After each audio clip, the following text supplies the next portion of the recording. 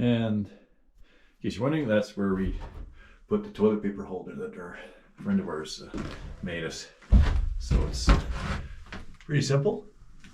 It's just, it's actually made out of a horseshoe. You can kind of see the horseshoe part there. So she just kind of slip the toilet paper on there, and then you just pull it, and it works good.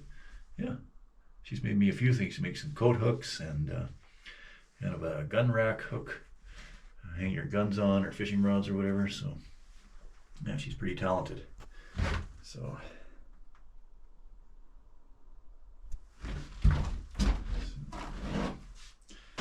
yeah, coming along, looking good. Good to have a new pooper, because it happens. This morning I'm going to be installing these vents for the outhouse. So they're just actually a soffit vent, and they got screening on the back side so no bugs can get in there. And I got the colored screws to match. Didn't really have to, but I figured, what the heck. And those are actually left over from when I built the house, did the softening for the house. So I'm going to put these, this is the outhouse side. So we're going to put one up there and one on the other opposite side as well. And then here at the bottom, we're going to put one towards this side somewhere. I think it's about right here somewhere. And then same on the other side. So just have to, excuse me, foggy this morning. Must have some foggy in my throat. Haha. Anyway, I just got to make the holes and then screw them on. And this one I'll have to get my angle grinder, cut the metal out. And I'll show you the progress as I go. Like I say, these are just a soffit vent. I got them at Home Depot. I think they're about $8 or $10. I can't remember exactly, but so I got 4 of them anyway. So I'll get going on this. So what I did is I traced it out, and then about 3/4 of an inch on the inside of the line, I did another line. If you can see it there.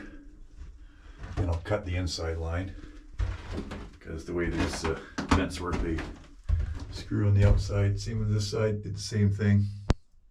So I'll cut those out now. Got the holes cut out. Not the straightest, but good enough. This one is lower actually than that one, because this is the higher wall on this side. So I just thought if you kept them the same height, like on the low side, then any hot air, stinky air might still be up above there. So I thought this way the stinky air can go out, I guess. I don't know. Because hot air rises. So that'll give us some good airflow in here. So now I'll put the screening on. Got the vents installed outside here. You can see. And the one on the back side. That one's installed. And doesn't give you tons of light inside because it's filtered by the screen, I guess. But it does give you a bit. So, but that'll give some airflow in here anyway.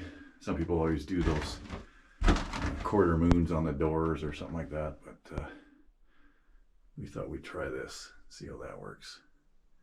Still might do the moons maybe on the front side here, on the inside wall here, one on each end or something. Or maybe the door, who knows, we'll see. So next I got to do the underneath part, which is right here. Because this line here, the plywood joints, that's the outhouse side there. So we're going to put one right in the middle of the cladding there. That'll help with airflow underneath as well.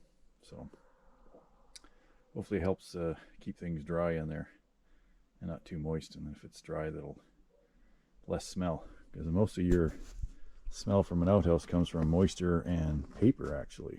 Well, of course the urine too, but the paper, from what I've heard, seems to break down, and or take a long time to break down, and kind of makes a smell from that as well. And I heard if you put ashes on it, it helps keep the smell down. So our other outhouse, we have at our other place, we have a bag of peat moss, and we just, every time you make a deposit, you deposit a scoop of peat moss, and it seems to help. And there, once in a while, I put the wood stove ashes in there. Of course, very, very, very, very cold ashes, none that are hot. So, but yeah, okay, I'll cut these ones out and show you how it looks. Oh, there's the dog. She's gonna help me. What are you doing, Sheila? Nope, no squirrels here. Nope. Okay, I got an issue here. This venting doesn't really fit between the ribs, and I can't put it there anyway because the 2x6 is down to about here, I guess. There. So you think about that. So I have to cut that rib, but that rib is bent out. So unless I can form this around that, I have to think about this. Okay, so we determined that we don't use these 8x16-inch vents because that ribbing is in the way. But they do have 4-inch ones that are by 16. So we're going to use these ones at our other outhouse at our other place, because it only has one little tiny window, and buy some 4-inch ones that are by 16 and put those there instead. So yeah, next time we're at Home Depot or something, we'll pick them up, and next time we come up, we'll install them there for the venting. Yeah.